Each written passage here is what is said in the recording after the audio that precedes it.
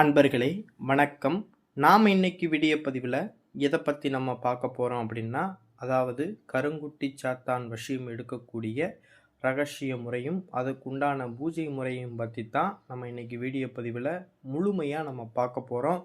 Video பதிவுக்குள்ளே போகிறதுக்கு முன்னாடி நம்மளுடைய சிவருத்ர மகாகாளி அல்வாக்குப்பிடம் சேனலை சப்ஸ்கிரைப் பண்ணாதவங்க சப்ஸ்கிரைப் பண்ணிக்கங்க. அதாவது இந்த கருங்குட்டி சாத்தான் உபாசனையை எடுக்கிறதற்கு முன்னாடி அமாவாசையும் சனிக்கிழமையும் சேர்ந்து வரக்கூடிய நாளில் மயானத்துக்கு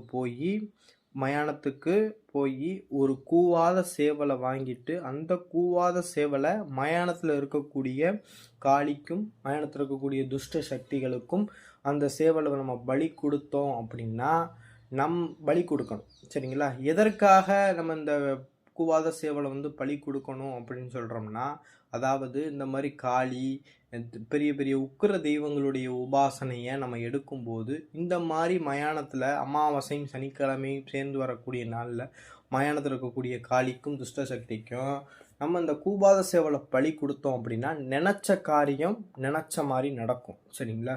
அடுத்ததாக நம்ம எடுக்கக்கூடிய உபாசனை தெய்வம் வெகு சீக்கிரத்தில் சித்தியாகும். சரிங்களா? இது ஒரு சூட்சம ரகசியம். சரிங்களா? இது என்னுடைய குருநாதர் இந்த மாதிரி காளி இந்த மாதிரி உக்கிர தெய்வங்களுடைய உபாசனை எடுப்பதற்கு முன்னால் அமாவாசையில் போய் இந்த பூஜையை மயானத்தில் செய்ய சொல்லுவாங்க. அதற்கு காரணம் என்ன அப்படின்னா, நம்ம செய்யக்கூடிய பூஜை வெற்றிகரமாக முடிகிறதற்கு அந்த ஒரு சூட்சம ரகசியம். சரிங்களா? அதனால தான் இந்த கூவாத சேவலை பலி அது ஏன் கூவாத சேவலை பலி கொடுக்கணும்னு சொல்கிறோம் அப்படின்னா, அதாவது கூவாத சேவல் அப்படின்னா கன்னித்தன்மை வாய்ந்தது அப்படின்னு சொல்கிறது அர்த்தம். சரிங்களா? அதற்கு ஒரு சக்தி இருக்குது. சரிங்களா? பலி கொடுக்கறதுலேயே வெறும் கோழிகளை பலி கொடுக்கறதுக்கும் கூவுன சேவல்களை பலி கொடுக்கறதுக்கும், அதாவது வயிற்றில் கரு இருக்கக்கூடிய கோழிகளை பலி கொடுக்கறதுக்கும், இந்த கன்னித்தன்மை வாய்ந்த சேவல்களை பலி கொடுக்கறதுக்கும் காரணம் இருக்குது. சரிங்களா? அதனால தான் இதுக்கு ஒரு பிரத்யோக சக்தி இருக்கும். சரிங்களா? அதனால தான் இந்த விஷயத்தை செய்கிறதுக்கு சொல்கிறதுக்கு காரணமே அதான். சரிங்களா? அதாவது இந்த பூஜையை இந்த மாதிரி அமாவாசைக்கு முன்னாடி இந்த பூஜையை நான் சொன்ன மாதிரி இதை செஞ்சுருங்க. செஞ்சுட்டு ஒரு அமாவாசை நாளில் நான் கருங்குட்டி சாத்தான வசியம் எடுக்கிற முறையை நான் சொல்கிறேன். இது எப்படி செய்யணும் அப்படின்னா, ஒரு அமாவாசை நாளில் மயானத்தில் போய் இரவு நேரத்தில் தான் போய் செய்யணும். சரிங்களா? மயானத்தில் இரவு நேரத்தில் போய் ஒரு கருங்கல்லில் என்ன செய்கிறோம்னா, அதாவது கருங்குட்டி சாத்தானுடைய மந்திரத்தை சொல்லி பிராண பிரதிஷ்டை பண்ணணும். சரிங்களா? இப்படி பிராண பிரதிஷ்டை நம்ம செஞ்ச பிறகு அந்த கருங்கல் விற்கிறதுக்கு பக்கத்தில் நீங்கள் என்ன செஞ்சணும், ஒரு வாழை இலையில் நீங்கள் என்ன செய்வீங்கன்னா, கல், சாராயம், சுட்ட கருவாடு, இறைச்சி, கோழி ரத்தம், கருப்பு வண்ணப்பட்டு இதெல்லாம் அந்த கருங்குட்டி சாத்தானுக்கு படையலாக வச்சு நம்ம என்ன செய்யணும்னா, கருங்குட்டி சாத்தானுடைய மந்திரத்தை செவ்வரளி பூவை கையில் எடுத்துக்கிட்டு அந்த மந்திரத்தை சொல்லி சொல்லி ஒரு 108 தடவை அந்த கருங்கல் விக்கிரகத்தில் பிரதிஷ்டை செய்யப்பட்ட கருங்குட்டி சாத்தானுக்கு நம்ம என்ன செய்யணும்னா மந்திரத்தில் அர்ச்சனை பண்ணணும். இப்படி அர்ச்சனை செஞ்சு முடித்த பிறகு நீங்கள் கிழக்கு திசையில் உட்காந்துக்கிட்டு, இல்லை அப்படின்னா தெற்கு திசையில் நீங்கள் உட்காந்துக்கிட்டு நீங்கள் என்ன செய்யணும்னா, இந்த மந்திரத்தை நீங்கள் என்ன சொல்ல ஆரம்பிக்கணும்னா ஜபம் பண்ண ஆரம்பிக்கணும். சரிங்களா? ஒரு நாளைக்கு 1008 வீதம் மொத்தம் இந்த மந்திரத்தை 10,008 உரு ஜபிக்கணும். இப்படி உரு ஜபிச்சிங்க அப்படின்னா இந்த கருங்குட்டி சாத்தான் உங்களுக்கு என்ன செய்ய ஆரம்பிச்சிடும் அப்படின்னா வசியமாக ஆரம்பிச்சிடும். சரிங்களா?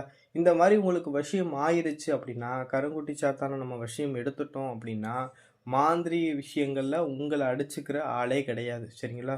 இன்னைக்கும் கருங்குட்டி சாத்தான மாந்திரிகத்தில் எடுக்கிறாங்க அப்படின்னா காரணம் என்னென்னா, சொன்ன வேலையை சொன்ன மாதிரி முடிச்சுட்டு வரோம். அதே போல் பணம், காசு, செல்வங்களும் என்ன செய்ய ஆரம்பிக்குன்னா சேர ஆரம்பிக்கும்.